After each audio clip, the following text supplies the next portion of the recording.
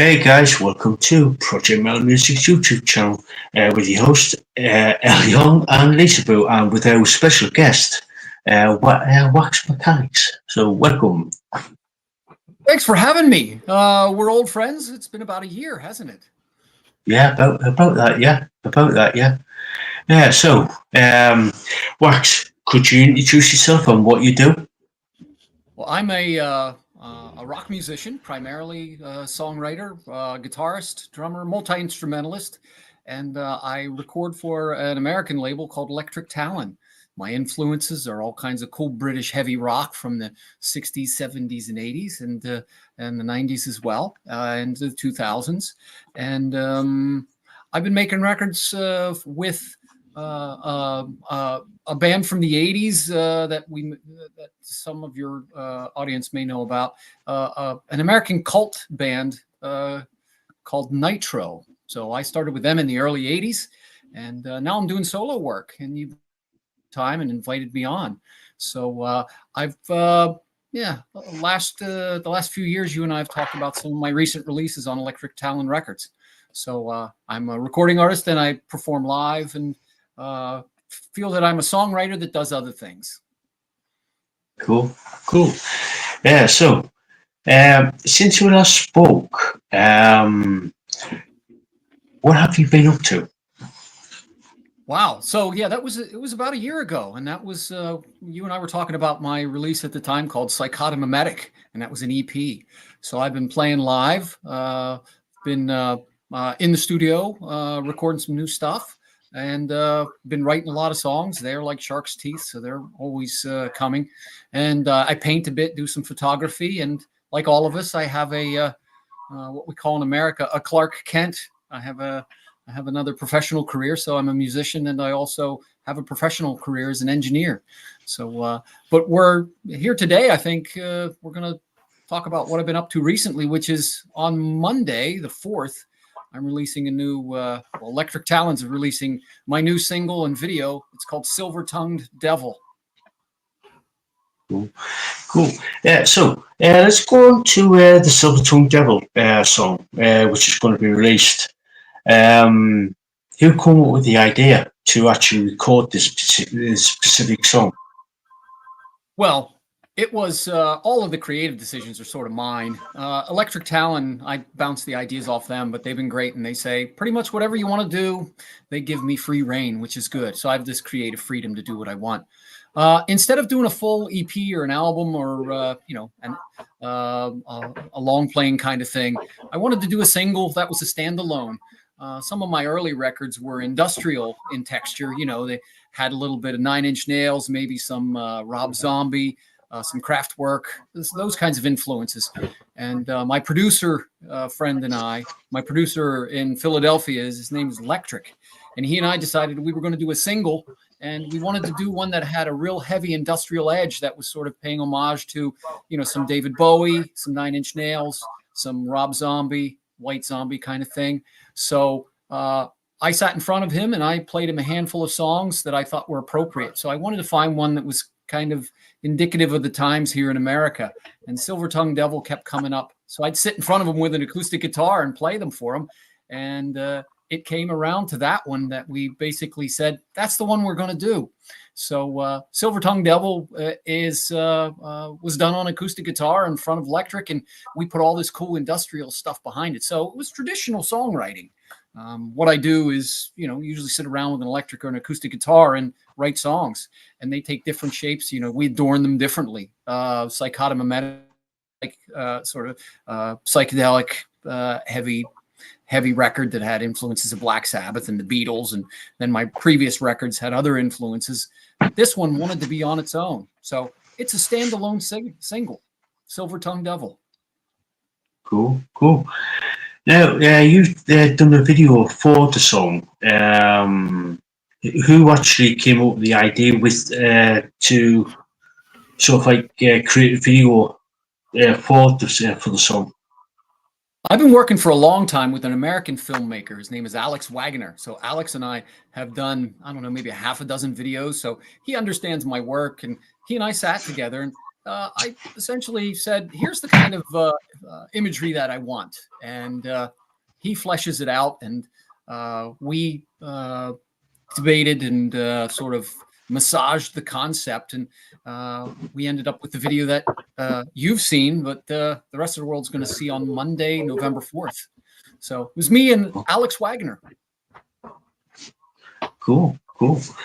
So you said that it's going to be a sort of like standalone single.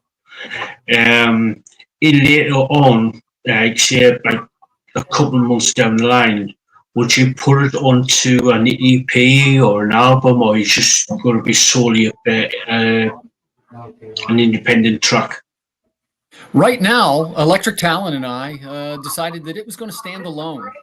We've got this odd situation here in America that we're going to be finishing up with this crazy election coming this week. So once we get past that, then I think the fever's going to break. So I've been working in parallel on an LP or an EP, just a group of songs that sort of fit together, and I'll be continuing to work on that in 2025. So Silver Tongue Devil was a moment in time. It was a transient. It's a statement that is going to stand on its own. I've got other tracks that are like it, but this one, I kind of followed it, and it wanted to be by itself. And Electric Talent said, yeah, let's do that. One single on its own. We haven't done that yet. I've been releasing, EPs and long playing. So I've never done just a standalone single before. So this was a unique opportunity to do something, and everything kind of converged and coalesced around it. And I followed it. I didn't lead it anywhere. Yeah, that's but from what I understand of it, that's probably the best way where the sort of like one idea can congeal into something tangible. Yeah. Psychotomimetic, the record that we talked about last year, those songs all wanted to be together. They wanted to live together the way that they did. And I had a couple of previous albums too, and they all wanted to live together. This one, again, I was listening to it, and it said, let me stand alone. So that's what we're doing. Yeah. Now, you mentioned that you've been working on some new material. If you can, could you can you tell us a little bit about that? Yeah, well, after Silver Tongue Devil has been released, I have two things that I'll probably be doing. I have a second single that'll be coming out that'll probably come out in early 2025. And that sounds a lot like my previous records. Lots of heavy guitars, not a big industrial influence, lots of pop influence. So that's probably going to be the next thing in 2025. I'm mixing a single right now. I'll save all the details about that because, we like to have a little bit of fun and surprise with it. And in parallel, I'm working on a group of songs that want to live together. And those are heavy rock. It's not as psychedelic. It's a little more organic. It'll be drums, bass, guitars, and it sounds a lot like put a little bit of Beatles and Black Sabbath and mix it up with an American band called Creedence Clearwater Revival. So it's got this sort of organic, swampy kind of thing going on. And I do that by working with different people. So there's a producer and a musician friend of mine in the Philadelphia area who he and I, Barney Cortez, we got together and decided that we were going to do a bunch of songs. And when we isolated ourselves, his influences and my influences came together in a way that made this record sound different. So what I've been trying to do was to each record has its own kind of personality. So those that have been following me know that Mobocracy from 2020 had its own sound. And then I had that split was called Blunt, and that had a unique sound that was dramatically different than the first record. And then Psychotomimetic was even more different than those two. It's not a real conscious effort, but when I tap into something like Barney and I have tapped into, I follow it. And then what happens is these songs that we record want to kind of live together is the way I like to think about it. And sonically, they start to sound the same. So this new this record, that'll be probably sometime in 2025. I'm probably about 70% finished with it, and it sounds like it wants to be together. There's no sort of standalone thing that's happening, and so I'll be busy certainly through 2025, and hopefully I'll be able to lay it on you folks, and you can tell me what you think. Cool. So, have you got any sort of like idea on how many tracks that might be on the new material? Yeah, well, typically, like all musicians do, you record an overabundance of material, put a lot of information down, and then see what stands out. So right now, I think we've got about a dozen tracks to choose from, and this is more, I guess, a decision that Electric Talon will help me make. Do we want to just release singles, or do we want to do an EP, or do we want to do an LP? Will it be vinyl? Will it just be digital? Will it be CD? Will it be cassette? Because there's all kinds of ways that you can share it with folks. So my first job is to see if I can get the songs to live together and to get happy with them, or get satisfied with them, so that I'm happy with it. And then we'll make those kinds of decisions later. I think it's probably going to be at least an EP. That feels right to me. I'm kind of old school. Releasing singles is fun. And at this point, the new album doesn't have a name yet. I've got some ideas for it, and it'll eventually come to me, because it always does. And you'll be some of the first to hear it, though, when I have it out. Cool. So, I know you're sort of like in the process of actually writing and recording. Is there any sort of like firm release date for the album? Or is it, yeah? No, not yet. I finish it first. Probably what'll happen is Silver Tongue Devil will be on Monday, November 4, and then sometime in early 25, there'll be one more single that I've got chambered, and I've committed to that, and I'll continue to work on the new album into 25. So, there's all kinds of philosophy out there for independent artists. Do you release something every 3 months? Do you wait every 6 months? It's that kind of stuff. So all those kinds of business or cycle in decisions I'll make with because the guy that runs the label, Stephen Burdick, is pretty sharp and has always served me pretty well. So I hope sometime in 25. I'm working toward releasing it in 25 once I finish it up. Cool. Now, I know this is a bit too sort of like four-sided. Are you sort of like planning any sort of like gigs? Oh yeah, yeah. So what I've been doing is I keep my chops sort of sharp by busking. So anytime I'm traveling around, I've got my guitar with me, and I'm busking to keep those skills sharp. Haven't had any gigs recently, and I'm in rehearsals now with my band to follow up the release of Silver Tongue Devil, and then the next single that's coming after it. And we're going to be gigging in 25, as far as I know. We don't have anything yet planned for the UK, but hopefully we'll be able to come there and to do that as well. I'd like to do some work in Europe as well.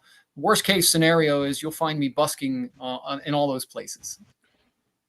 Cool. Now, sort of like I always ask these questions when I talk to people. Is there any sort of like plans on releasing merchandise, such as like T-shirts, stuff like that? Absolutely. Those that follow me know that I've got a Bandcamp location, and at the gigs, I've always got merch with me. So there is a huge assortment of stuff, everything from hats to T-shirts to ephemera, things that I've used in sessions, all those kinds of things. Can openers, koozies for beer, those kind of keep the beer cool. So yeah, there's plenty of that at my Bandcamp site, and you can find all that. I have all those links at linktree/Wax Mekanix. So or let me know if there's anybody that's interested and can't find it, and we'll put him to the right direction. Cool. Speaking of your link tree, I have put your link tree into the description. So if anybody wants to check out Wax, please do. There's all these links to his socials and his Bandcamp and everything else is actually in the description there. So if you want to check him out, please do. Excellent. Thanks for your help. Yeah, my pleasure. My pleasure. I always ask this question. And you mentioned it earlier on, and I know for a fact some of my subscribers will lynch me if I don't ask this question. Is there any plans? Is there any plans on putting your music onto vinyl? There's no plan right now, but anything can happen. Now, in retrospect, what happens is that sometimes I'll release it in one format, and then later on it'll be a vinyl release. So anything's possible.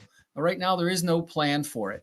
Vinyl takes a lot of time, and it's a huge investment for the record company. So Stephen Burdick is the head of Electric Talent. So Stephen, if you're listening, we want vinyl. I love vinyl. I'm old school, so we all love that. I've got a huge vinyl collection, and I really like it. So if it were up to me, we would do it. So it's just a matter of economics, I think.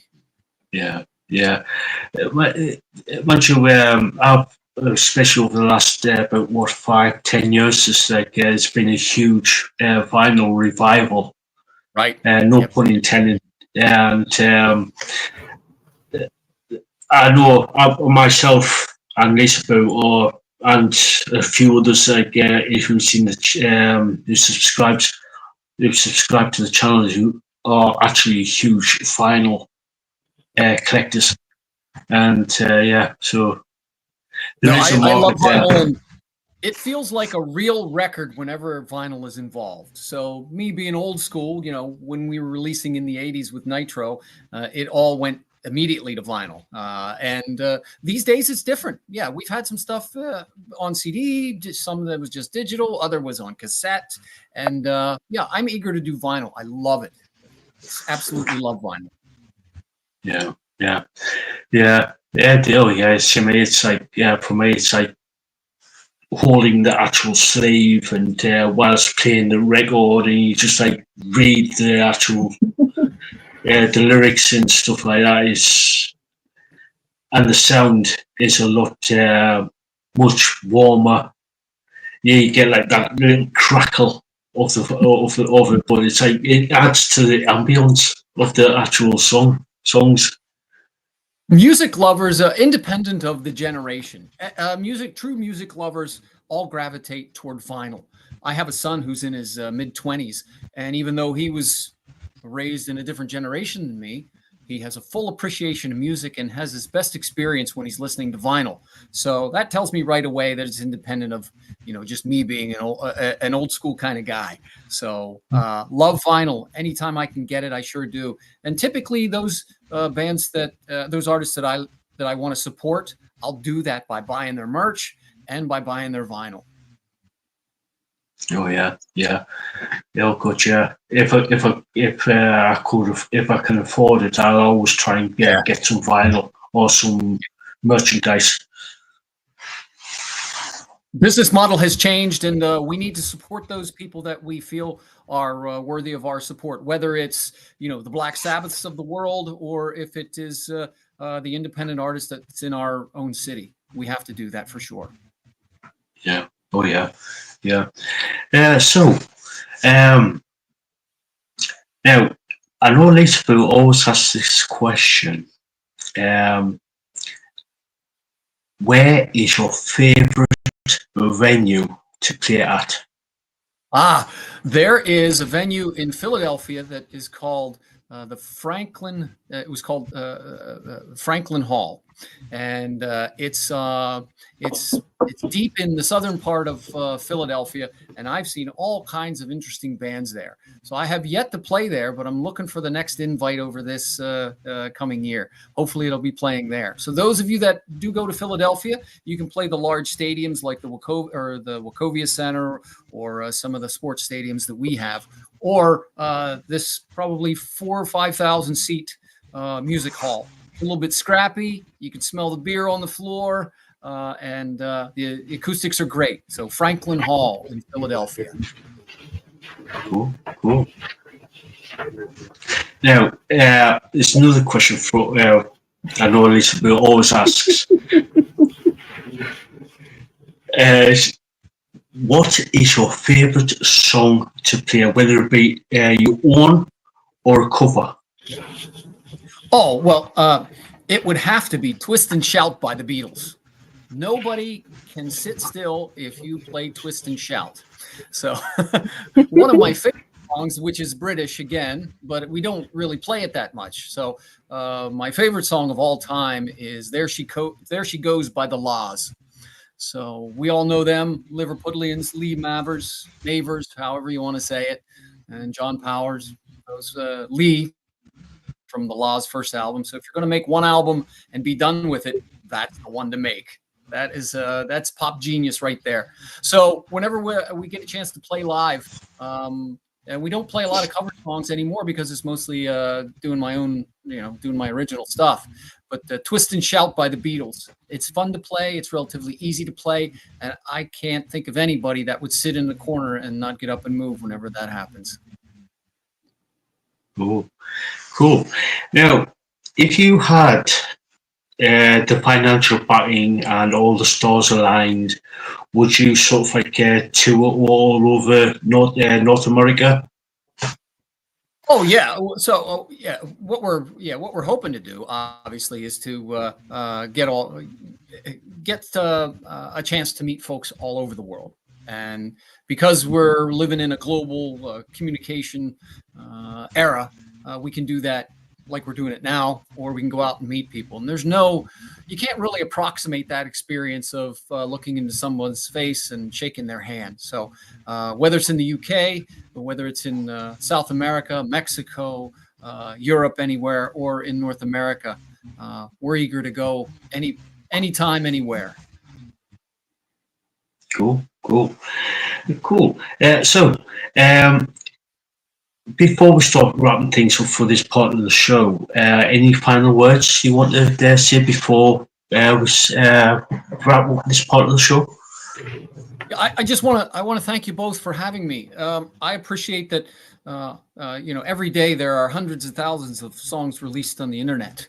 So for any of my music to get any exposure at all is really a blessing. And I can't thank you enough for what you're doing for me and for the independent music community at large. I can't overstate how important that is. You're the lifeblood of what we're doing. And those folks that are supporting artists, whether they're supporting me or anybody else, direct thank you to those people that appreciate music. Keep buying the vinyl, keep buying the merch, and support those people that you care about, and tell them that you care about them, and show them how you care about them. Keep up the good work, though. Cool. Pleasure. We will. Before we sort of like wrap things up on this part, where can people find you on social media? The easiest place to go is where all my links are. I'm on all the socials that everybody is familiar with. Go to linktree/Wax Mekanix, and you can click and play and select Bandcamp and Facebook and TikTok and X and all kinds of stuff. So hit me up, and I'm eager to engage. So feel free to drop me an email if you can, and support all of the independent artists that are out there. Cool. Wax, thank you so much for coming on. It's been a total pleasure to talk to you again. The pleasure is mine. Thank you so much, and keep up the good work. Yeah, we will. All right, we'll catch you later there, Wax. So we're going to continue on with like different things. If you want to stay, there we go. He's got it. So massive thank you to Wax for coming on and doing this little interview. It's been a total pleasure. So yeah, guys, go check him out. Literally go check him out. His link tree is actually in the description below. So if you want to listen, if you want to like contact him through one of his socials or email or whatever, please do. He's a brilliant musician. I know it's a bit about 25 minutes left when we do a little bit of a grift. So, guys, if you're new here, please subscribe. Like, share, comment. It's always, it's basically it does support the channel in a huge way. So yeah, and the pin comment top of the chat, and also in the do that one first. In the pin comment, there's a God, I can't talk to you. It's been a hectic day. So in the pin comment there's the PayPal to the channel's PayPal, and if you can donate to the channel, and it will help us to continue on to do what we are doing by getting people like Wax on to do interviews, spread the word, and etc., and also to get new equipment as well. So yeah, and in the link tree,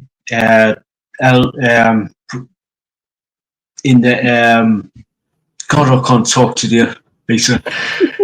In the description, there's a Project Metal's link tree as well, and there's all the socials there, like the website, Twitter, Instagram. There's email there, email there as well, and also Lisaboo's Etsy store called Boo de Bell X Studio. She's got some amazing stuff over there.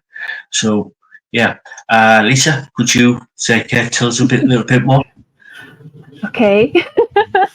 Well, there's so many different things. I have bracelets, I have pendants, I make bracelets too. So if there's any kind of bracelet that you would like, let me know. There's spears, there's towers, and now it's tired. Yeah. Yeah, I have so many different things. So yeah, go check it out. There's stuff for everybody. So go check it out. Yeah, it's a really cool store. So grift over. So before I forget, repair crew, hey up, how you doing? Hope you alright. Yeah, smash the like, spank it hard. And if you're new here, like I said, subscribe. It does help the channel in a huge way. So, all right, let's get back into the rest of the show. So we're going to be reviewing 6 bands. They are Ignea, One Without, Moonlight, Haze. Let me see. We got No Silence, House of Lords, and Sick Century.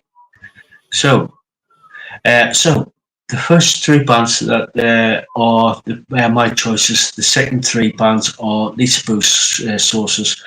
So what we're going to do is going to get Lisa to go first with her the first 3 choices. So Lisa, we are going to review the band Ignea and their song Nomad's Luck. So take it away. This band is from Ukraine, if I'm correct, I believe. Yeah. And I love it was like a kind of a folk Arabian. It was like Arabian sound to this track, which was really cool. I love that. Amazing, wonderful guitars and drums, strong bass, and I love that, of course, because I love I love it when the bass is up front. Guitar riffs and solos were excellent. The vocals are really good on this, and I liked the contrast between the clean, ethereal female voice to the growly female vocals. Like I thought that was really cool. I like that contrast between the two. And about 3/4 of the way through, there's a really cool section with almost like a beat blast drum. it was like it just went crazy with guitars and heavy riffs. It was just fabulous. What an amazing song. Transitions were really good on this. The lyrics are cool, and it speaks of the darkness and dangers of the road, because they're really, like, from what I could see, they love traveling and stuff, so they really use that in the lyrics to this song. And the video itself had some really cool visuals. Yeah, altogether great song. Go check it out. So yeah. Yeah, pretty much the same. Pretty much the same. I love that Arabic, like Arabian sort of like music at the beginning, and then all of a sudden the drums kick in, the bass kicks in, and it's just like, it's just, for me, it just felt like hell was trying to break free in music, and this, the drums and the bass like on this is just like, it wallops you in the face, and it says, you know what I mean, it's that type of thing. It's just like, which I totally loved. I totally loved. Yeah, the drums when they kicked in with the double kick bass, double kick pedal. It's just like, damn. Yeah. Yeah, it's just like, with the couple up with the bass, it's just like, oh yeah, oh yeah. Now, I love the guitars on this as well. Totally heavy, and but like I said, 3/4 of the way through that transition, when they just dropped that transition. Yeah. It's just like, oh, it just went absolutely mental. It was just like, literally just like, the band just literally said, fuck this is going to be doing this, and we're going to drop it. And it's just like, they went absolutely insane.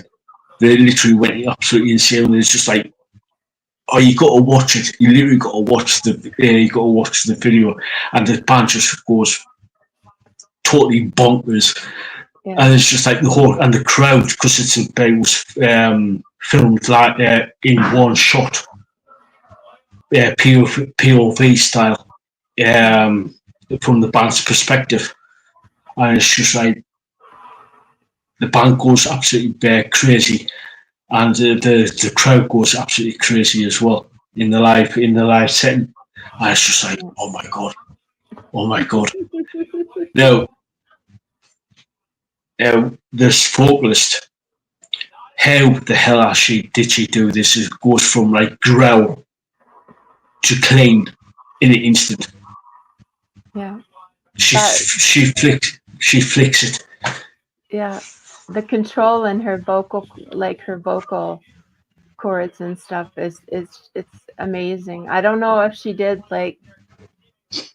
they did like separate, like, you know how they layer it and they can do like separate takes and stuff, but the way, like, especially if it's in the studio, that is, but how she can just, it's I don't know how, but she does it.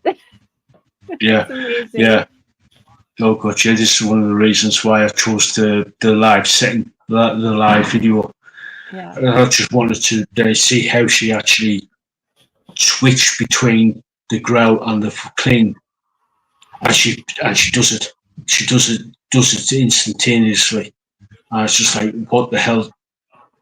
She's up there, not as good as Flo Jansen, but she is up there. She's really, really up there with Flo Jansen, with like the switching of the styles, if you know what I mean. Yeah. So, yeah, totally. Not a lot of women vocalists can do that deep. If they, like, it's in their vocal cords. So it's so like she can go from here to here to here to here. So it's amazing. Hopefully takes care of. Oh God, yeah, yeah, Yeah. yeah, yeah. Totally, totally brilliant band. Yeah, and yeah.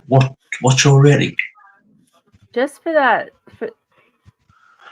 I said 8.5, but for that where that 3/4 of the way through there, how it just went like that's a 9, like right, like 9.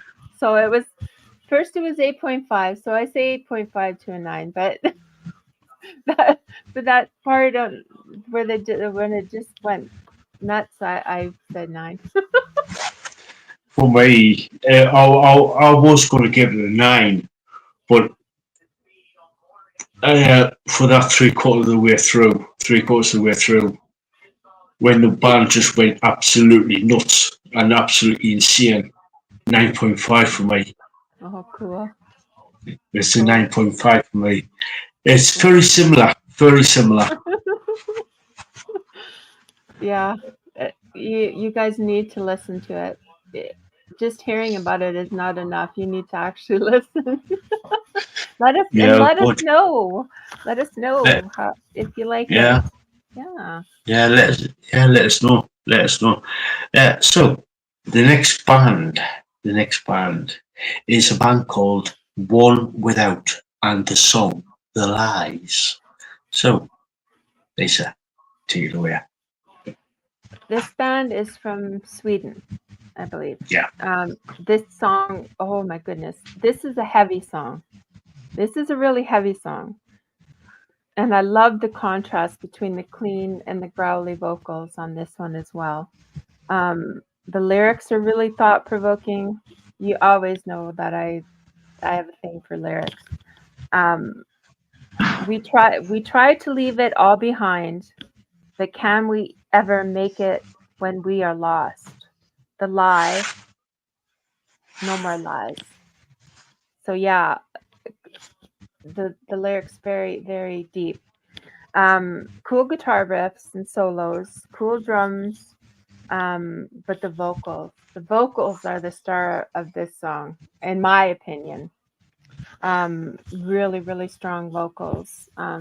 Great transitions on this, strong rhythm section, and there's a great all around, like for the whole band all around. It's really cool how they did like slightly lighter sections near the end, right?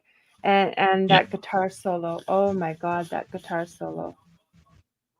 And I liked the piano at the end as well. That was a really cool touch. Yeah. But yeah, the whole band as a whole, it's amazing.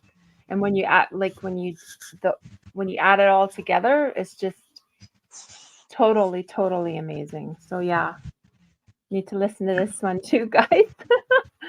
Yeah. So, Yeah, it's pretty much the same. Yeah, I loved it. Loved the intro with like the drums pounding away with the double kick. That also goes something I go throughout. Loved the guitars on this with like some of the cool riffs and the solos as well. It's totally outstanding. The bass is there helping the drums out, driving the song along. Loves the vocals between the male and the female, the growl and the clean. Um, and I don't know if you noticed that, yeah, if the piano was prominent at the end, but it was like the piano was actually playing throughout in the background, but it was sort of like with the lightest parts near the end, the piano became more prominent. yeah, I But like that. yeah, I like yeah. that. Yeah. And the transitions between everything is just like absolutely superb on this one. It's absolutely brilliant song. So, Lisa, Lisa, what's your rating? I give it an 8.5 out of 10. I really want to hear more from this band. This is a new one for me. So yeah, I awesome band, great band. Want to hear more. So yeah. Yeah, the same here. I want to hear more, but I give it. So I'm torn between an 8.5 and a 9. I'm sort of like I'm somewhere in the middle of that, an 8.5 and a 9. So yeah, I like that. I'm with Lisa. I want to hear more from the band. So yeah, so yeah, right. Get on to the next one. Now, the next band, Moonlight Haze, and their song Animus. When I first heard this song, I thought Lisaboo would love this. So I thought, Lisa, here you go. What's your view? Yeah. What's your take on it? A really cool start, and I could not get a hold of it, but it was like strings. Was it cello? I wasn't sure. Yeah, But, cello. oh my god, I loved it. I love that start with the cello. Really cool start. The orchestration on this is excellent, like totally excellent. The drums are really strong.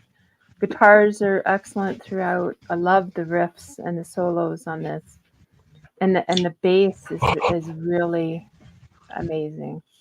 Up front, like I had a really cool short solo, which I loved. I don't know if you caught that bass solo there. It was short, but it was sweet. Yeah, I really love that. Vocals are excellent on this, and the choir backing was cool. That was cool to have that choir backing. Yeah, the transitions are excellent. The lyrics on this are strong. Great with the vocals. Really went well together. And I really liked the lead female vocalist. She had some growl. She had some growl in sections, which I thought was pretty cool. And I loved at the end, I loved the slight Japanese sound of the instrument at the end. I love that. I love that part. Thought that was pretty cool. And the video itself was a cool video. There was a man doing parkour around the concrete building areas with graffiti and also the band and the vocalist singing as well in the back. But that was cool. That was cool with the parkour. I kept wanting to say parkour. Oh my goodness. Yeah, I thought that was cool. And I love the vocalist's bright red hair and her outfit.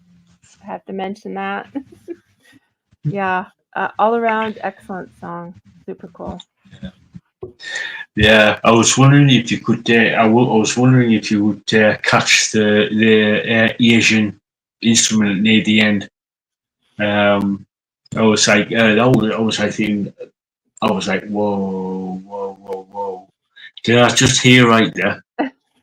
So I had to rewind it a little bit, and I was like, yep, I heard it. I was like, nice little touch there. Yeah. Nice little touch. Yeah. So anyway, I love this song. Totally love this song, especially at the beginning with the cello, and then the drums coming in with it. So absolutely love that. Love the drums. Totally love the song. Love the drums because it sort of like helped drive the song along. Same with the bass. The combination between the drums and the bass is just like really helps the drive the song along. Now, when the orchestra kicks in and the choir, I was like, I think it's like really, you do hear it in pretty much the first half of the song, but it sort of like really kicks in round about the halfway point. And it's sort of like, I was like, oh yes, oh yes. I was like, that's when I said, Lisa's gonna love this.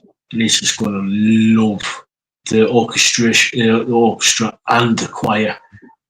And especially when the choir was like singing animus, and it was the title of the song. I was just like, oh god, yeah. And it does add a huge dimension to the song. It's sort of like between, sort of like going from sort of like metal and classical. It's just like, oh my god, oh yes. So yeah. Oh god, the guitars on this is superb, especially with the solos and the riffs on this. Yeah. It's just like, yeah, and that and like I said, the Asian instrument at the end, the last sort of like the last couple of notes. Yeah. On the at the end there was like really sort of like exclamation mark at the end type of thing. Yeah. So yeah, and the vocalist, yeah, like Lisa said, it was mainly clean in the vocals. It was mainly going throughout the song, but there was some. She threw in a couple of little growls, yeah, to emphasize a few portions of the song. Yeah.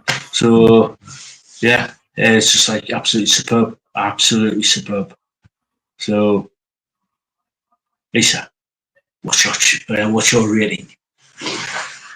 I gave it an 8.5, but it's kind of leaning towards a 9, so it's like an 8.5 to a 9. And I want to hear more. I want to hear more from this band. This is new to me, so I want to hear more.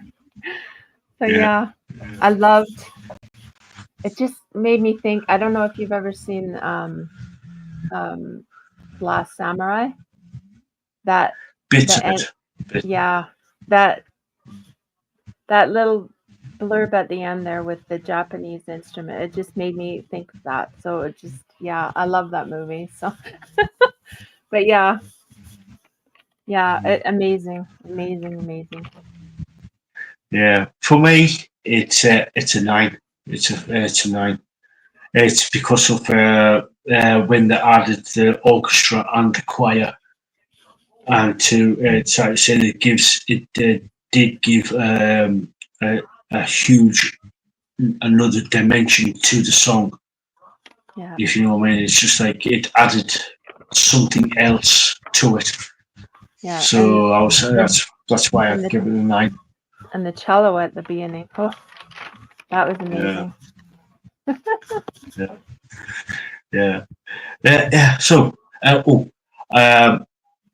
all the links to the songs are down in the description below.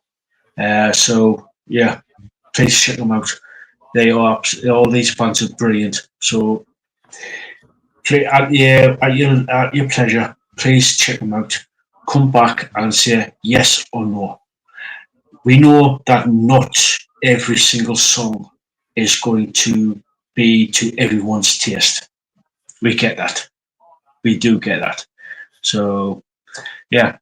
So don't worry about saying the wrong thing. We do know. So all you got to say is, yeah, that particular band I don't particularly like because of this reason. Oh, I totally love that band because of this reason. So yeah. So don't worry about it because we do know that not every band that we feature here is to everyone's taste.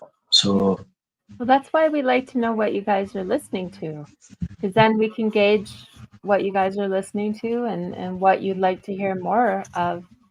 So yeah, put it in the comment section, the band that you're listening to, or your favorite band and the song. No links, just put it in the comment section and let us know, because yeah, then we can do some more reviews. yeah, oh yeah. And if you're in a band and you want to be featured here on a review, just say, "Oi, Ell, Lisaboo, we are such and such a band. We've just released a new song. Could you take a look at it?" And and like Lisa said, no links. We'll do the research to make sure that everything's above board. So and if we sort of like if you're in the band and we sort of like got our interest, you'll be featured and possibly be on the show for an interview or be on the podcast and to actually talk about your new release or you know what I mean, just like, "Oh, you go see, oh, Isabel, oh, we're in a band. Can you sort of like take a look?" Yeah, because we want bands to get the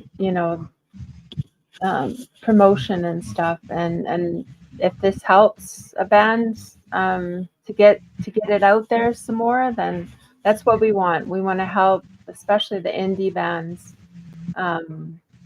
We want to showcase them and let people know about them and that. So yeah, we try.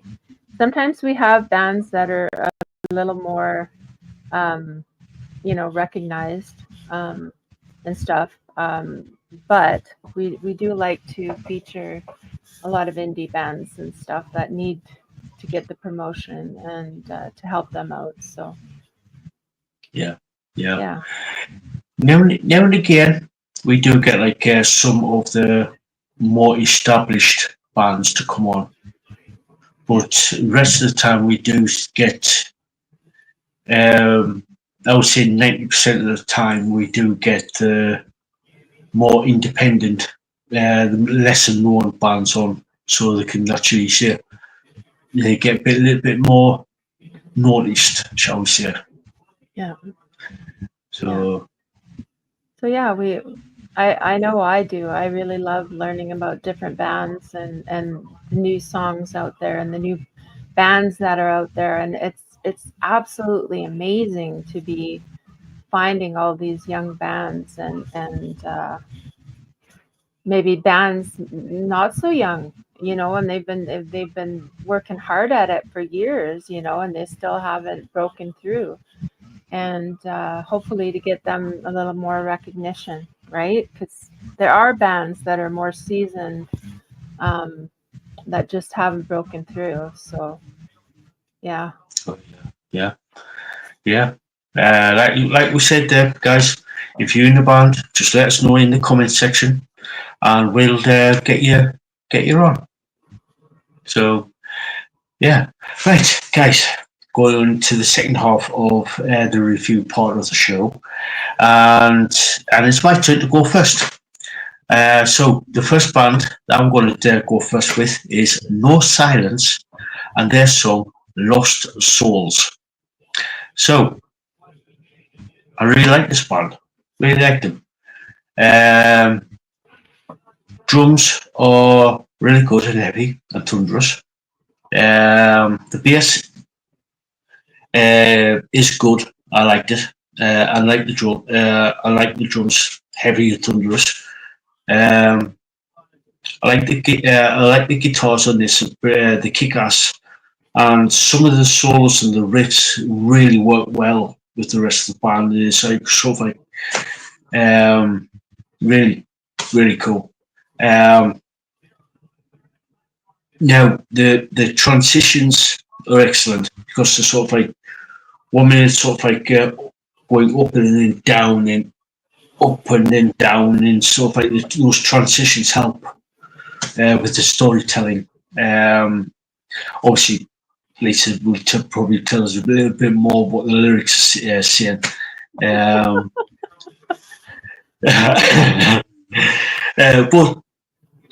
for me, at first, I wasn't exactly a bit too struck on the vocal style. It's sort of like doing a sort of like a bit of rap, and then sort of like a little bit more what you would come from, what you would call sort of like normal rock or metal singing. But I would like to say I wasn't too sure about it. But after the 2 or 3 listens, I sort of like I did start to get. I started to like them. I started to like the vocals on it.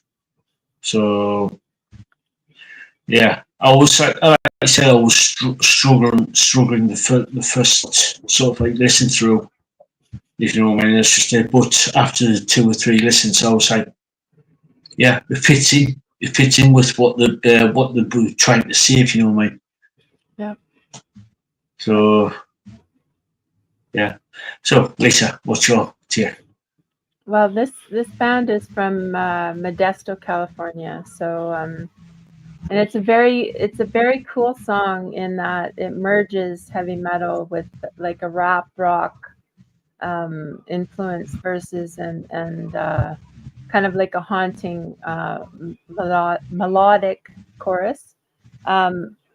Yeah, I love the way this song, it's raw and it's powerful. And yeah, it has that kind of a rap influence, but I wanted to throw it in there because I kind of like the different, the unique, like that part of it, right? And if you've ever felt alone or misunderstood or kind of adrift in life, these lyrics will hit you, as it did me.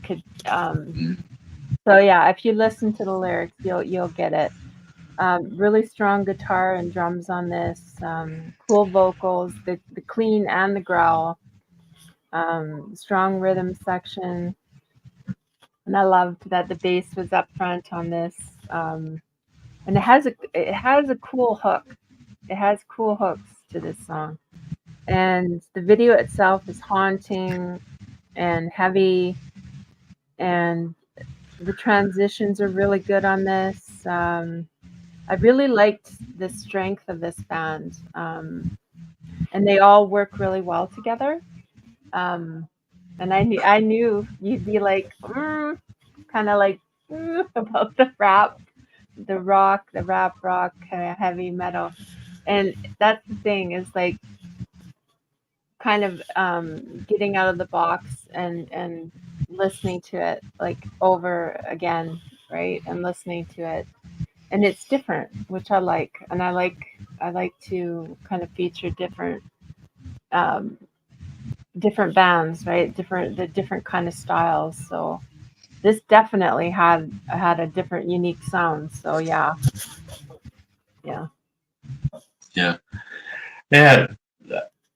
It's sort of like I do like some some of the rap metal or rap rock stylings of some of the bands. But I was like sometimes I struggle. Sometimes, not always, but I do sometimes struggle with some of the rock and metal bands who sort of like use that rap style in the vocals. But like I said earlier, after about the second or third time that I've listened to it, I started to enjoy. I started to enjoy the why they've employed sort of like the rap styling in some of the in parts of the lyric parts of the song because of like sort of like because of the story, like because of the lyrics of the song. It's sort of like he's sort of like the singer's sort of like torn. He's sort of like being cut adrift in this crazy universe, if you know what I mean. He's running lost type of thing. Yeah. And he's sort of like shouting for help, if you know what I mean. Yeah.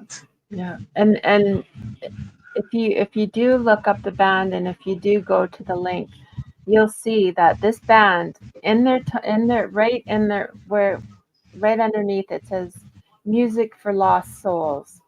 so right away it's like, that, like they'll have that kind of maybe that feeling, that rawness about it. Yeah. I found it quite interesting, and I like to challenge myself. I do, like with hearing different styles, right?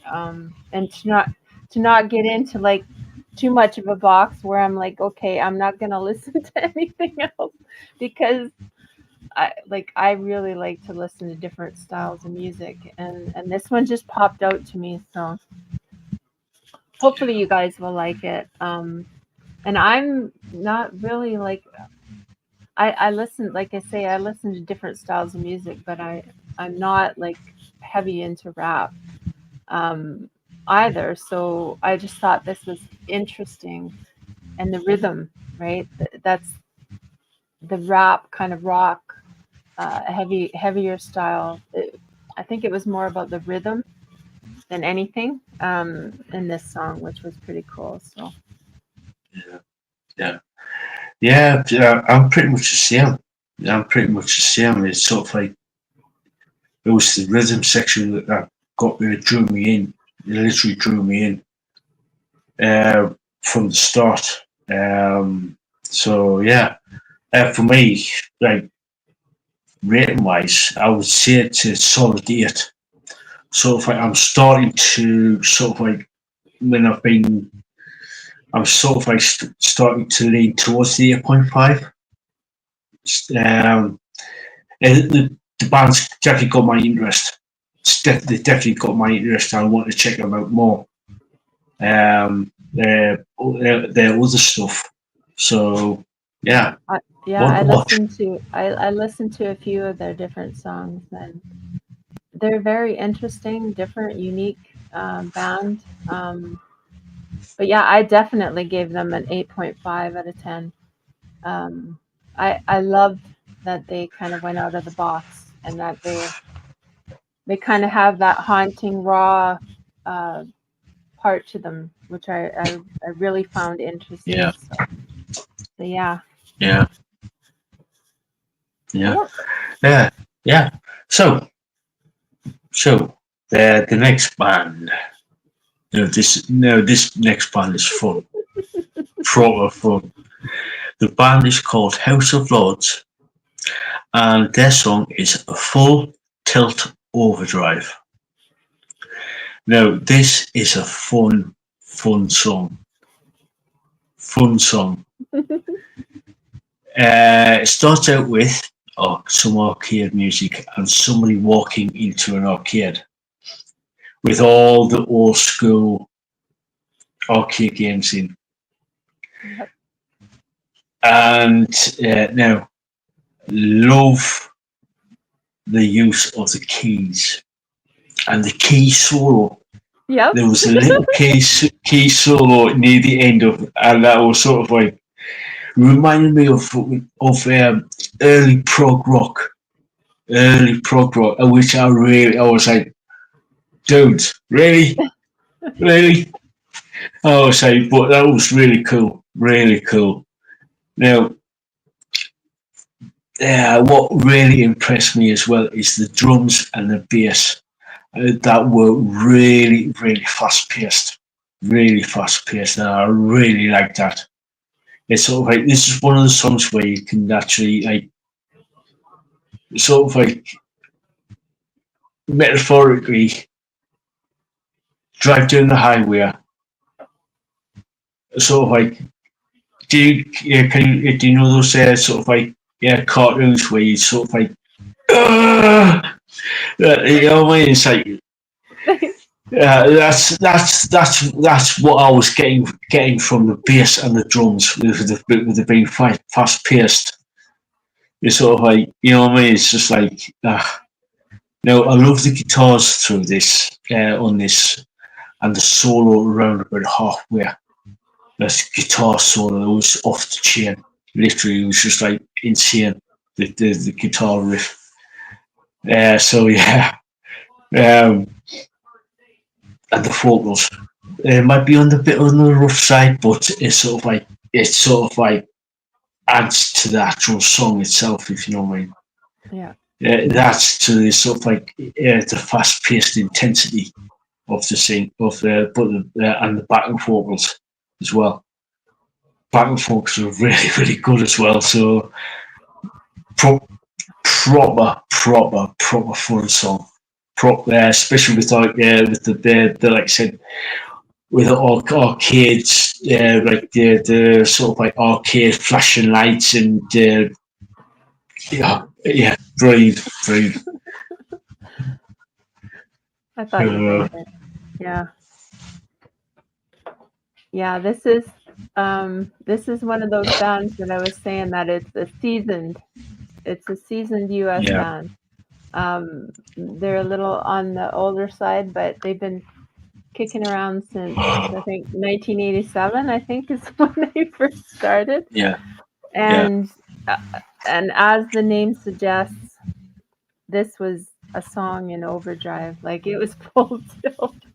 And that beginning of the video with the guy wearing the black boots walking up to the arcade machine, and it said House of Lords. Did you notice that? How it had House of Lords on the screen, and then it says press start. Yeah, I thought that was cool. Drums and guitars and the keyboards coming strong on this. The vocals are very cool, very strong, but yes, he's got that raspiness to it, and catchy lyrics too on this. Very cool. Very 80s rock feel. Great transitions on this. The guitar solo and the riffs are awesome. And halfway through that guitar solo, oh my goodness. Amazing guitar solo. Video is cool with the arcade visuals, lots of lights and color. And the keyboard solo near the end. So cool. Yeah, really cool. I like that they threw that in. Really strong ending, very strong. And then the game over on the screen. I thought that was cool. Yeah. Like I said, with all the sort of like video with arcade references, with the old driving, driving sort of like games and stuff like that. It's like basically arcade, like I said, with the arcade with the flashing lights and big bells and whistles and buzzers and stuff like that. Yeah. It's sort of yeah, really cool band. So for me, 8.5, a solid 8.5. I really like them. So Same, exactly the same 8.5. I thought it was it was like a kind of a 80s feel, take you back to the arcade, fun song to throw in. yeah, So yeah, even though they're a seasoned band, I figured, okay, you know, they're still, you know, pretty strong band. So I figured it's a cool one to throw in. yeah.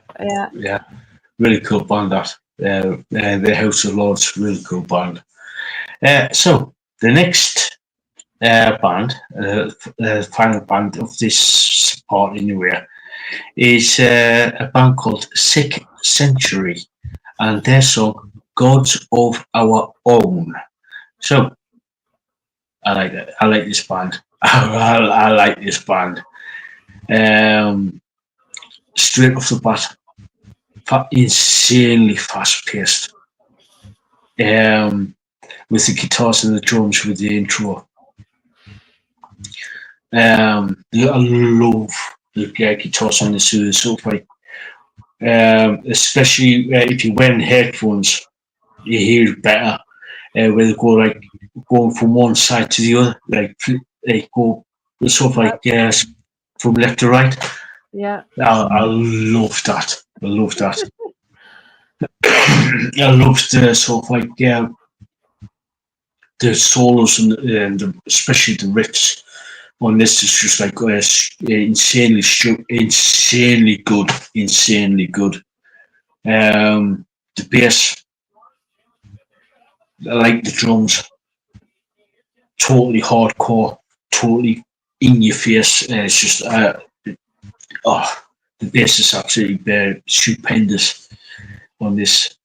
And I really liked the vocalist on this. It's sort of like reminded me of Disturbed in a way, sort of. It's sort of like, I don't know if he's been influenced by Disturbed but it's got that sort of like that Disturbed sound to his vocals. So, and the video, I don't know if it was like sort of like a zombie type of thing, like going on with the fans getting like sort of like looking dazed or what, and getting up on stage and actually like headbanging away. But it was like that was really cool. I really like that. So, Lisa, what's your take? Well, this is a band from York, Pennsylvania. Very very interesting band. That very strong start to this song. The drums, the guitars, the vocals. Are you ready? And he screams, "Are you ready?" That was awesome. Just like, "Are you ready?" Love that. Wow, the guitars fly on this one. Some really cool riffs and catches. And yeah, I loved the audio going from mono to stereo, the left to the right. That because I had my my little earbuds in. So yeah, that was cool. I love it when they do that. Hard driving song, really hard driving song. Kind of a strange video with the guys in the white dirty t-shirts kind of walking around the band in a bit of a stupor, watching them play, like especially the guys that were standing around the drummer's just going, and the guys are like standing around like, and I'm like, what in the world is going on? What are they doing? So yeah, it was definitely different.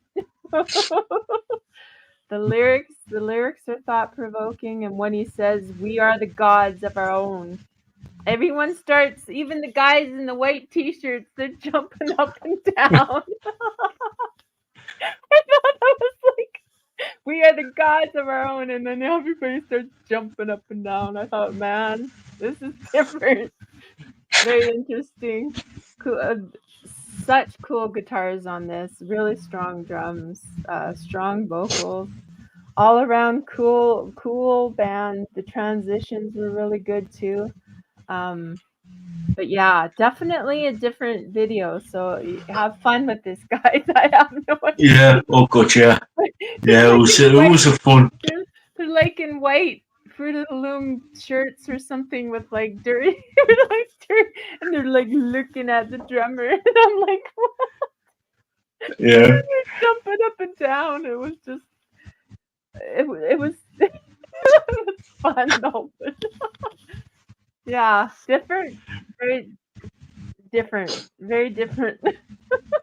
Yeah. Awesome. Oh God. Song, Yeah. though. Awesome. Yeah. Lot of Yeah. fun. God. Yeah. Oh God. Yeah. It was a lot of fun. A lot of fun. Yeah. For me, I originally did say I was an 8, but I'm sort of like going on to the 8.5 because of the fast-paced drums and the guitars straight off the bat, and combine that with like the strange element of the guys sort of in the video. It's like all of a sudden sort coming to life type of thing. I was like, yeah,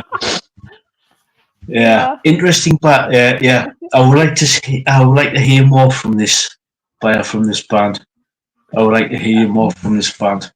My rating is exactly the same. It was an 8. It was an 8 at the beginning because I was like I said, what in the world is going on here? When they're like looking at the drummer, especially the guys around the drummer. It was just so odd. But after I listened to it a couple times, it was like, oh my god, this is too much. This is too fun. Like just musically, like they're an 8.5. I want to hear more. Like this is a new band to me as well. Like I say, I love finding these bands that I haven't really heard before. So yeah, very. If you watch the video, you will know. Oh god, yeah. And all of a sudden, we are the gods of our own, and then they start jumping up and down. Oh my god, too fun. Yeah. Oh Yeah. god, yeah. Yeah, really good band. Really good band, and yeah, it's just like totally insane. Totally insane. It's just like insanely fun. Insanely fun. So, guys, like we said, all the links to the bands are down below in the description. If please check them out and come back and say yes or no. Like we said earlier, we do know that not every band is going to appeal to everybody's. Not everybody's going to like sort of like the bands. So, and just come back and say yes or no to the bands. So, yeah. So I'm going to nip to the toilet and come straight back. So Isabel, take over while we do the gigs. Yeah. Gonna see how much trouble we can get in. And I know we probably heard that. Anyways, I heard that. all right, guys. Please, if you haven't already, please hit that like, share, subscribe, hit that notification bell to all so you don't miss any of our content. Yeah, because it really, really, really helps the channel out.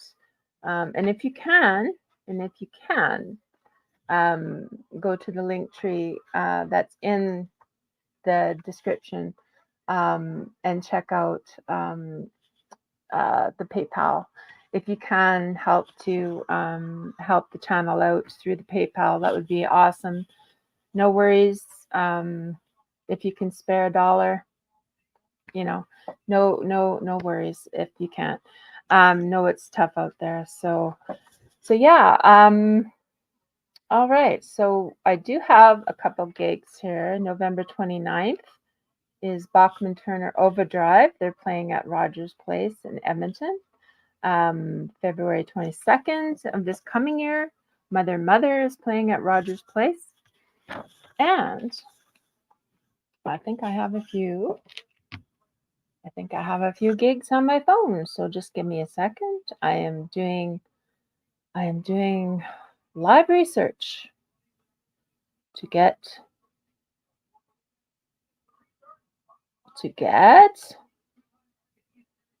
because if you guys love Three Doors Down or Creed, which I do, one of my favorites, they are doing their tour right now. They're going to be in Little Rock, Arkansas on November the 3rd, which is tomorrow. And they will be in Kansas City on the 6th. They'll be in Nashville, Tennessee on the 8th. They will be in Biloxi, Mississippi on the 9th. They will be in Corpus Christi, Texas on the 12th. Fort Worth, Texas on the 13th. Austin, Texas on the 15th. They're going to be at Bossier City and LA, Louisiana. They're going to be on November 19th. They're going to be in Grand Rapids, Mississippi. Detroit, Michigan on the 20th, Cleveland, Ohio on the 22nd, Baltimore, Maryland on the 23rd. They're going to be in New York on the 29th. They're going to be in Bangor on the 30th of November. Then they're going to be in Allentown, Pennsylvania on December 2nd. Then they're going to be in Orlando, Florida on December 5th. So yeah, Creed and Three Doors Down, going to be amazing, amazing shows. Two of my favorite bands, all around, Creed and Three Doors Down. So yeah, and let's see here. I have gonna be here. Just give me 1 second. Okay. Tickets are on sale for the Iconic Cruel World Tour 2025. New Order, Nick Cave, Bad Seeds, The Go-Go's, Devo, OMD, Death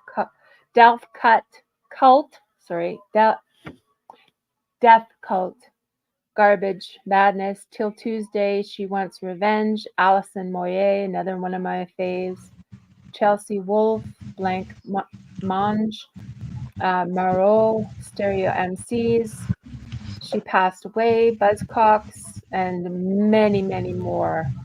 They're going to be starting in Pasadena, California on Saturday, May 17th of this coming year. So yeah, register online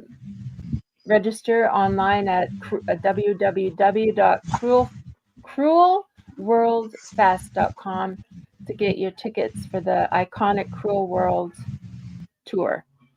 Many, many bands, and like I was saying, Alison Moyet is going to be there. So Go-Go's, Devo, Garbage, Madness, so many others are going to be playing.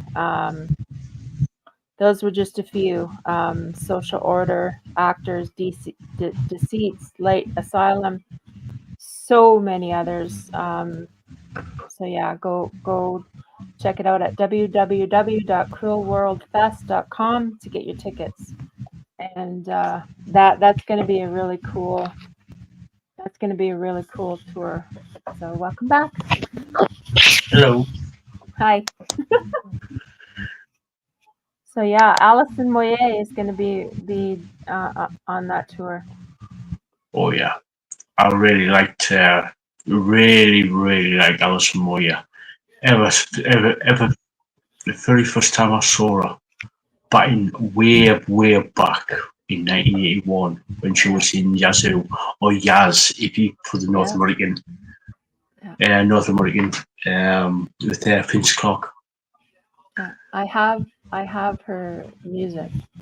I have her actual tapes, the cassette tapes, and as well as her solo music as well, which I loved.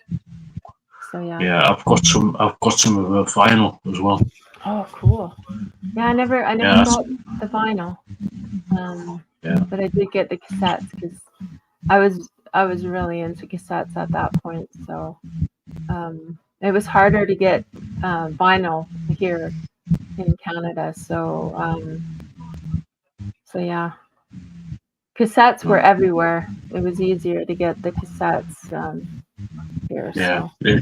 plus it's like with the cassettes, it's more easy transported with it.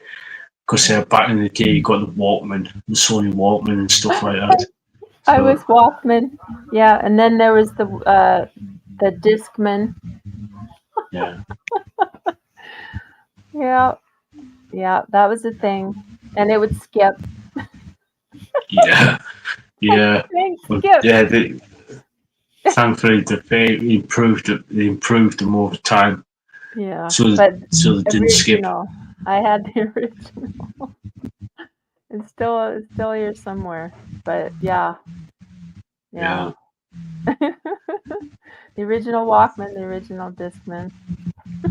Yeah, then you had the midis, then you had the MP3 players, and then now we got the and then of course they had the Apple equivalent, the what was it called now? What was it called now? Yeah, the iPod or whatever. the little thing. Yeah, I went through all of them. Through all of them. Yeah. Now you can. Now it's everything's built in rough in the modern apps. The smartphone. Yeah, they have the apps for that. There's an app for everything. Oh, good, yeah. Yeah. Yeah. Yeah. Yeah. Live long enough, you'll see the progression of technology. So, and I might get like a lot of hate for this, but these kids today, they basically didn't know what they were when they were born. Everything's like I said, everything's on the app now. Yeah. Well, when you were born in the 1900s. Yeah. Well, in my day, back in the 19th century. In 19 whatever. Yeah. Give me a break. I was born in 19 whatever. Yeah. Yeah, good, yeah. Yeah, so we've seen our things before. Yeah. all these different fads and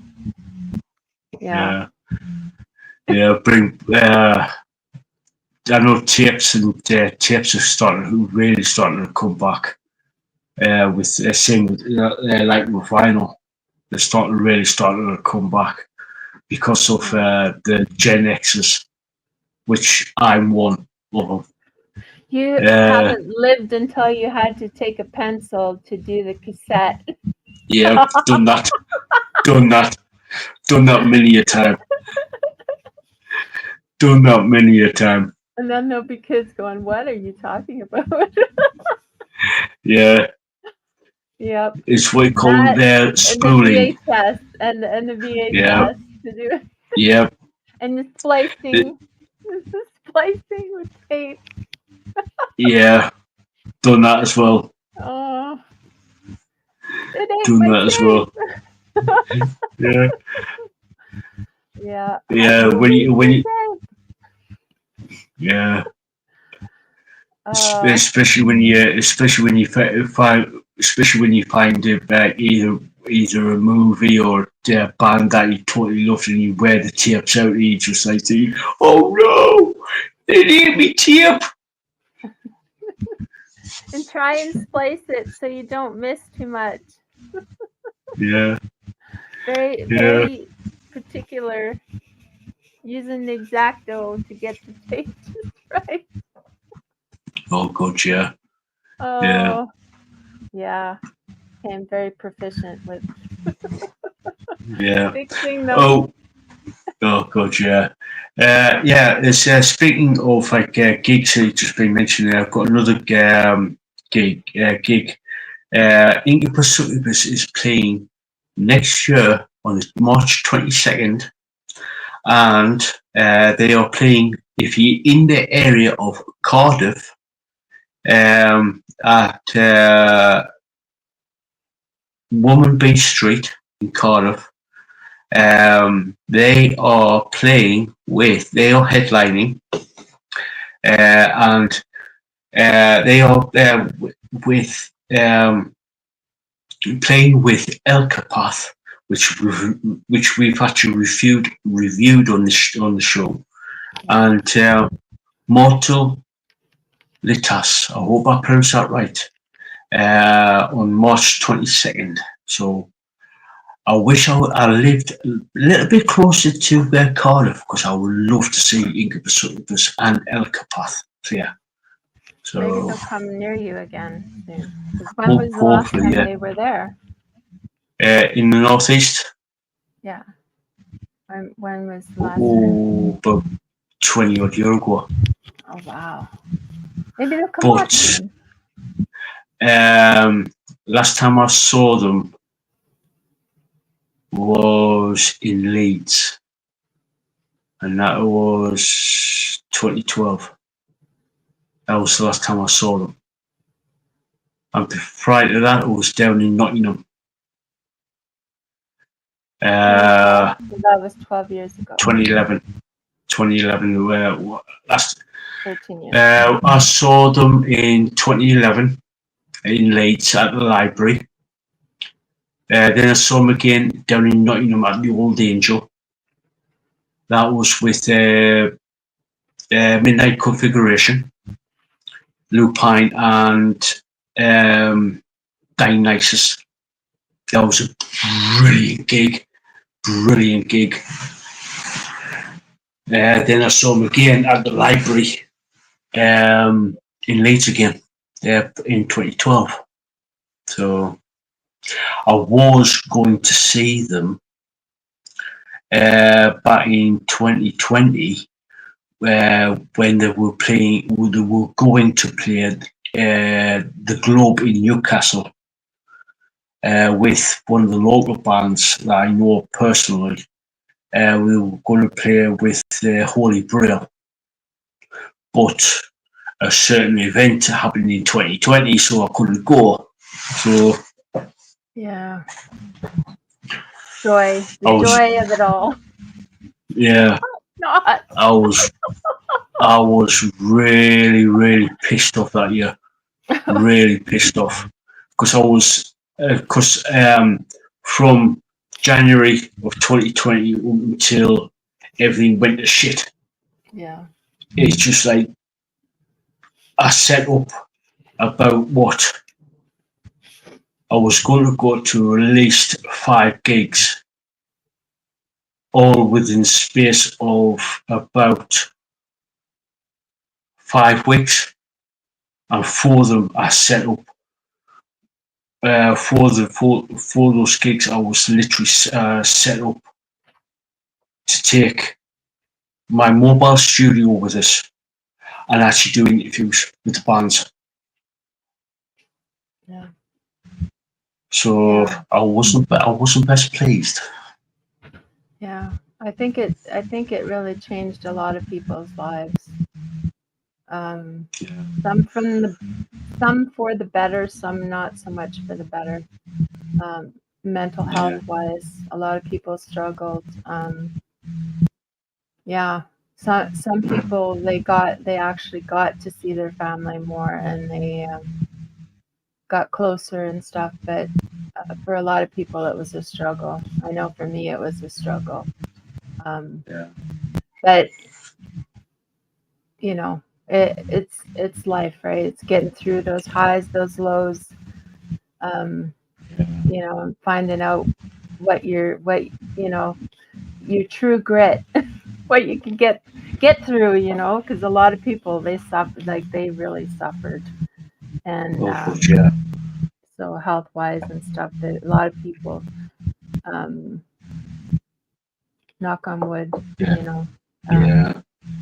So, yeah. Anyways. Yeah. But yeah. Well, I did get to interview quite a few of the bands anyway. When I started doing these live streams back in 2021, so good things came out of it anyway.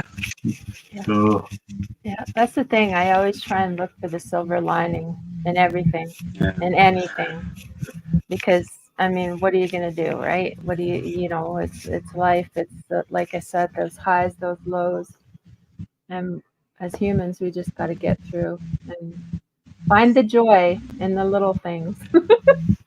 yeah. Right. Yeah. Oh, God, yeah. Yeah. Well, when I started to do the live interviews back in January of 2021, I went from this channel's just grown. Not as quick as I would like, but this channel's grown. Over 600 subscribers, so well over 600 subscribers. So it's, yeah, and it's given me a chance to actually like talk to people on the live from all over the world, literally from all over the world, from Canada to the US to Chile to Brazil to all over Europe, like from Spain, Germany, Finland, Norway, Denmark, Sweden, all the way over to Australia, and so yeah, it's yeah. Yeah. Yes. Yeah. So yeah. Anyway, yeah. And hey up subscribers, how you doing? Hope you're doing all right. Give us a like, subscribe, share, comment, and all good jazz. It does make it does help the channel in a huge way. So yeah. And anyway, let's move on to the next section. Lisaboo's journey through the wonderful world of Feist. Have you managed to get the next book? Or are you still waiting? It's been a slow journey. I'm on. Well, you know, my life right now is like really. So, like I said last time, this one came, right, and Yeah. I've got 4 chapters done. I haven't had much time to read. So Yeah. yeah. I know you've been a busy bunny. Yeah. So, what do you think up to now? What do you think of it? Some sad stuff. Especially the last chapter. Yeah, the last chapter was kind of sad, but with everything that's going on in this realm, Yeah. it, you know, like a lot of things are happening, right? And yeah, with a lot of the characters and stuff. But yeah, yeah, especially with the new. Well, I don't. Trying to think of what I can say. Yeah, a lot of it is because it's the Dark War, right? So this is the Dark War saga. This is the second book in the Dark War saga. So they're still fighting evil. It's still they're still trying to fight the evil, right? And yeah, of course, there's always going to be, you know, new characters. There's a lot of the old characters. Yeah, they're basically trying to weed out all the bad eggs, the bad guys, and they're trying to find out what else lies, where the darkness lies in this world. So they're trying to figure it out. So yeah. Yeah. It's yeah. It's yeah. It's I'm really trying hard not to actually like say, oh, this happens, or that happens, or it's just like we want you guys to actually read these books.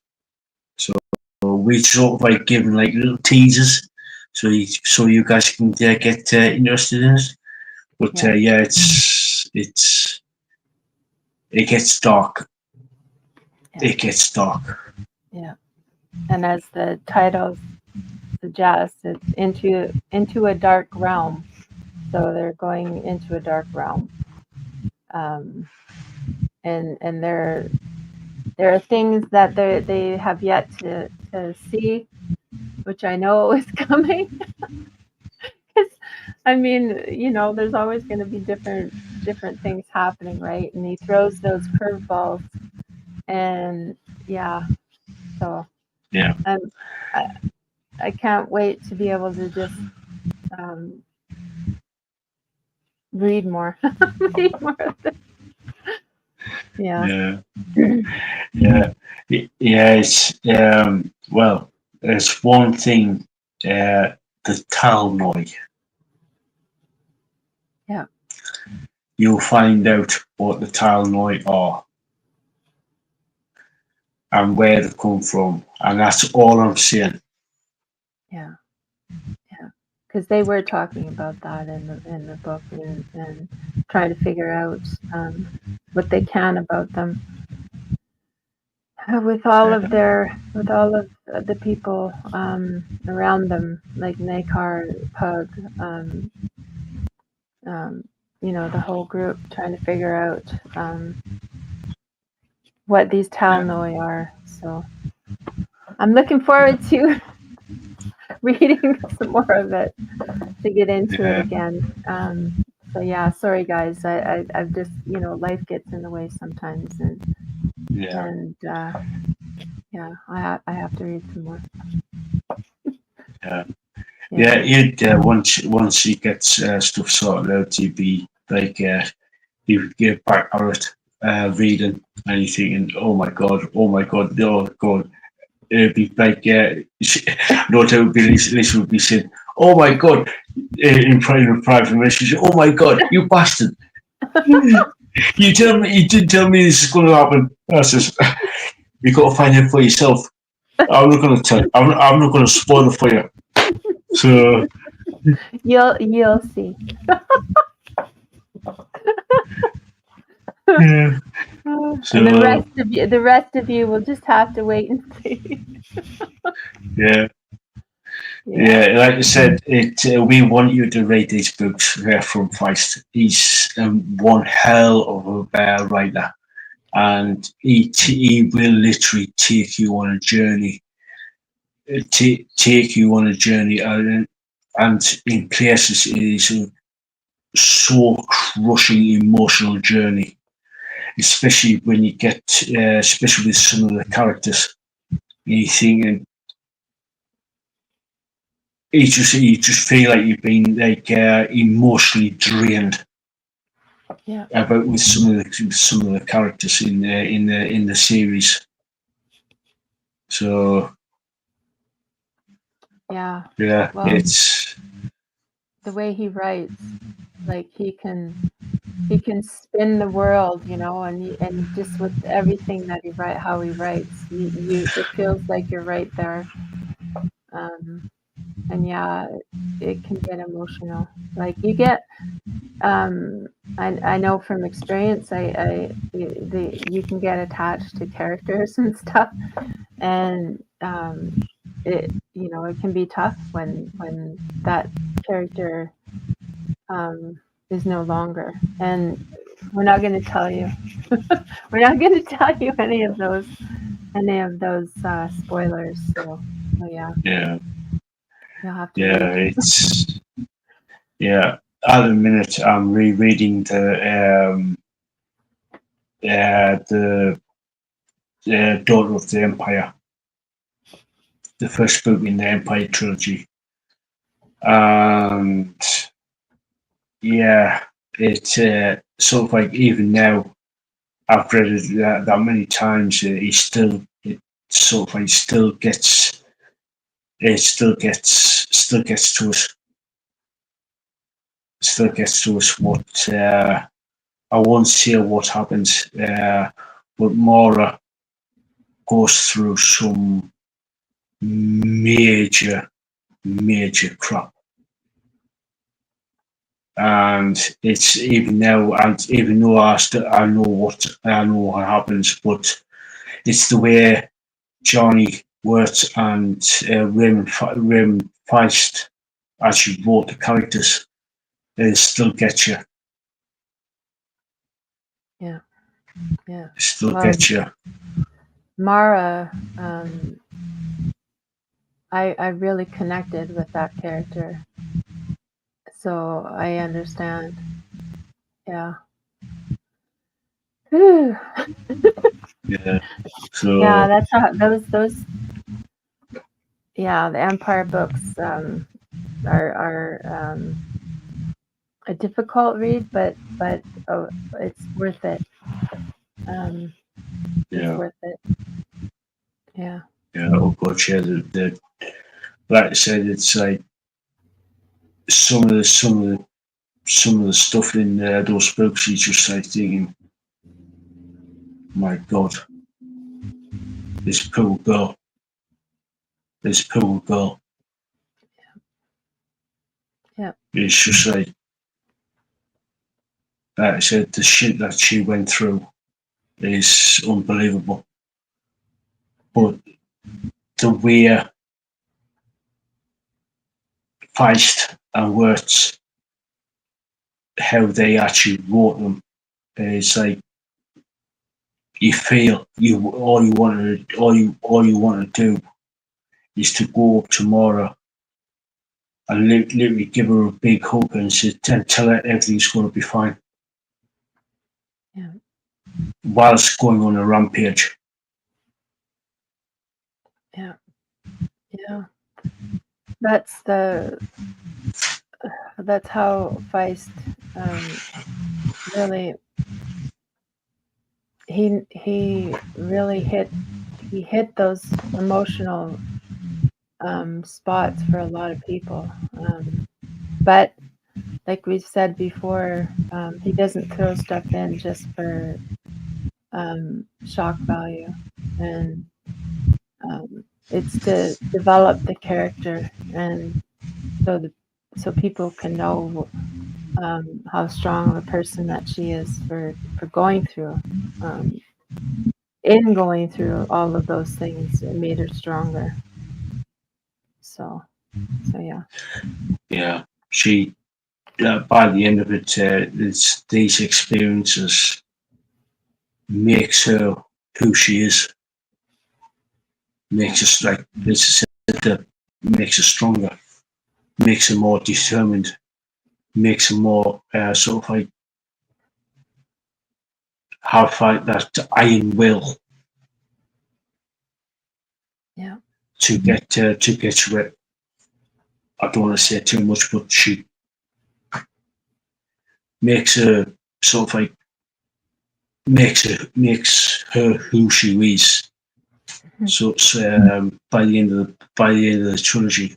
So Yeah.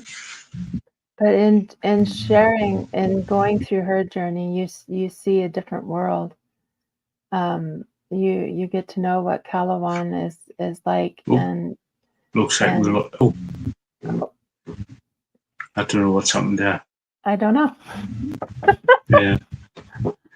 Yeah, in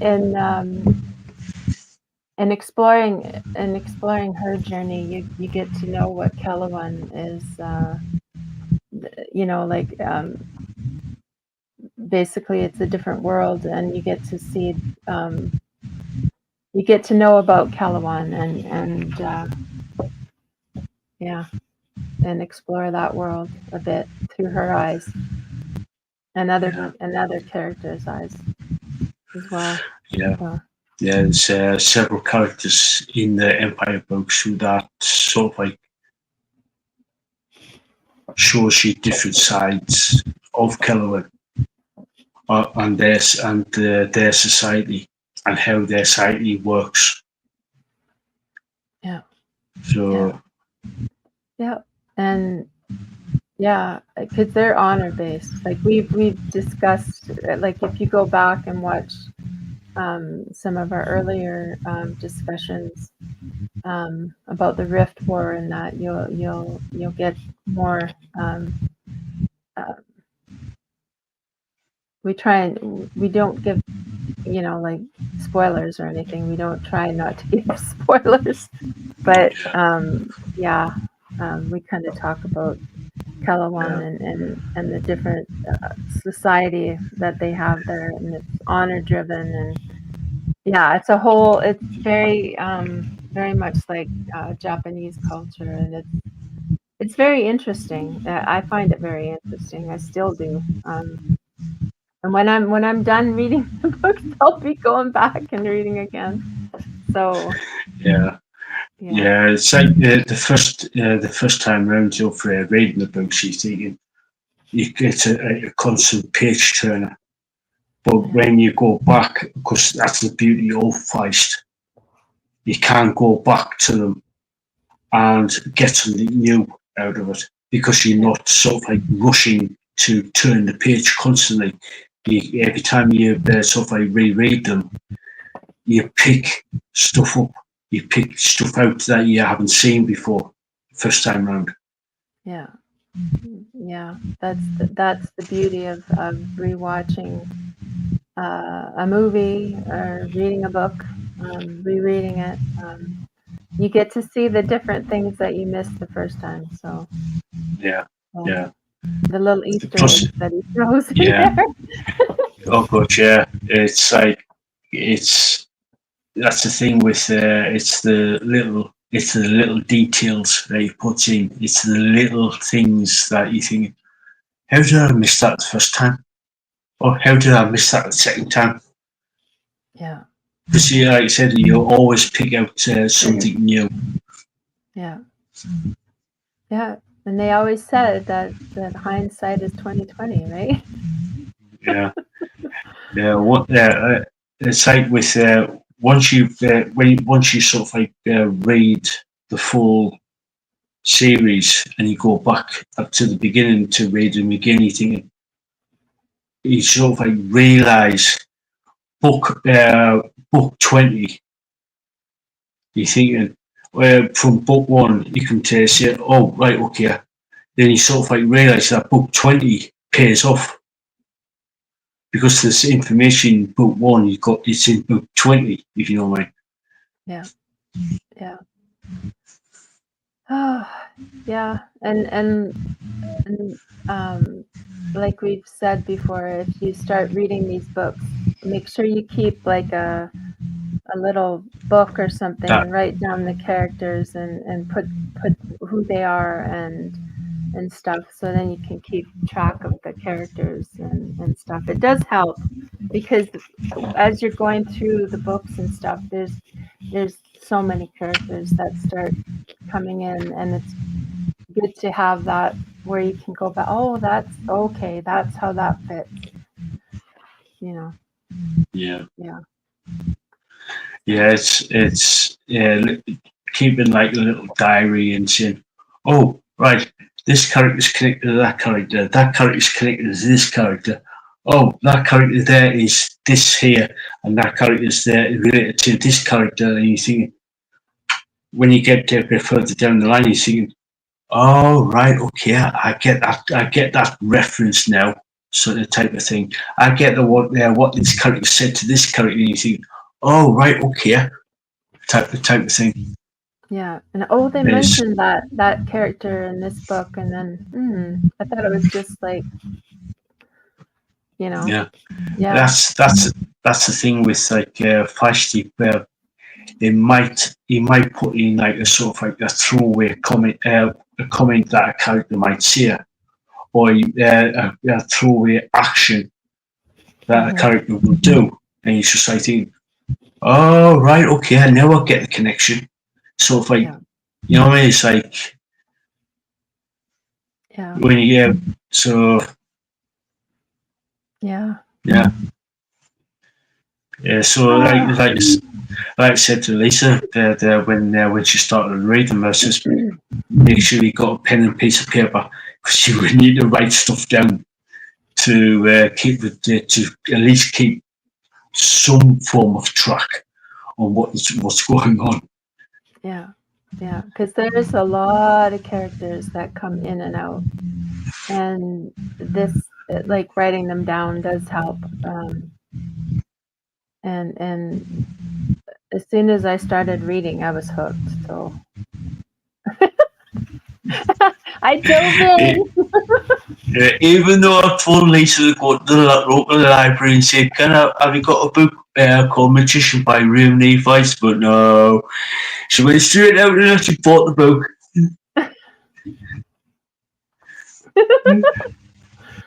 That I did.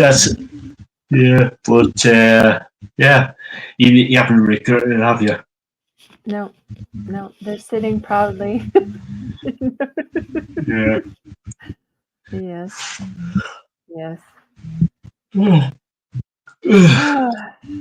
Yeah. Probably should start wrapping up, eh? Yeah. For me, it's almost 5. Yeah, it's getting for 11 for me. 11 p.m. So, guys, we're going to start wrapping things up. So, overall, Lisa, what did you think of the 6 bands overall that we reviewed today? Amazing, and they're different. They're different sounds. They were all amazing though. Like they all in their own right, like all in their own way. They were amazing, and I hope you guys go and listen to them. They're in the description. All the links for them are in the description there. So go check them out and let us know. Oh, good, yeah. And yeah, what do you think of Wax Mekanix? Amazing, amazing. And that he's an engineer as well. So I know being a musician, it's hard. It's really hard, and it's great that he has a really good career. You know, allows him to be able to express himself with the music too, because it's hard out there for musicians, for you know, any artists. It's difficult. So yeah, he was amazing. So if you guys missed the interview, go and check it out. Yeah. So, Lisa, any final words before we start signing off? Be good to one another. Like I've always said, we don't know how much time we have on this earth, so be good to one another. Tell people that you love them. You know, and don't let it wait. And have a good time in life. But if you're gonna go out and party, leave your keys at home. Get a cab. If you're gonna drink, don't drink and drive. Get a cab, get an Uber, stay the night wherever you're going. Stay with a friend. Just don't drink and drive, please. Don't drink and drive. And if you do have a drink, protect it at all cost, because you never know. If you do need to leave your drink, don't pick it up. Walk away from it. Walk away from it and get a new one. Yeah. I've seen way too many people being spiked. So if you just look away from it for a brief second, don't touch it. Get a new one. Yeah. Because I've seen way too many people have are no longer with us because of the drinks being spiked. So yeah. Yeah, it's Be dangerous. very careful when you're out and about. Yeah. So yeah. Anyway, guys, we're going to start. Going to sign off. Oh, nearly forgot. You should have reminded me there, Lisa. I was what's going coming? to, because you were going to. So what's coming up? On the 5th, which is Tuesday, we got Heart Light at 9 p.m. We got Ian and Ashley Chris from Foxy Entertainment on the 6th. I'm hoping to get the Red Crow on the 7th. On the 8th, we've got Any Verse, which is a brilliant band. Then we've got BFND, which is a Jeff Wesley, if you like a really old OG, an OG of the channel. Jeff Wesley of Hydrogen is going to be back on this new project on the 12th, and I'm hoping to get Sensation and Purple Kong on at some point this month as well. And all these interviews are at 9 p.m. UK time. So yeah, so plus I'm also working on a few other interviews as well. So stay tuned. And there's also a few videos I've been slowly been releasing over the last few days over on the channel. So please go check them out. So yeah. So Lisa, any final words? Love you guys. Take care. Catch you all later, guys.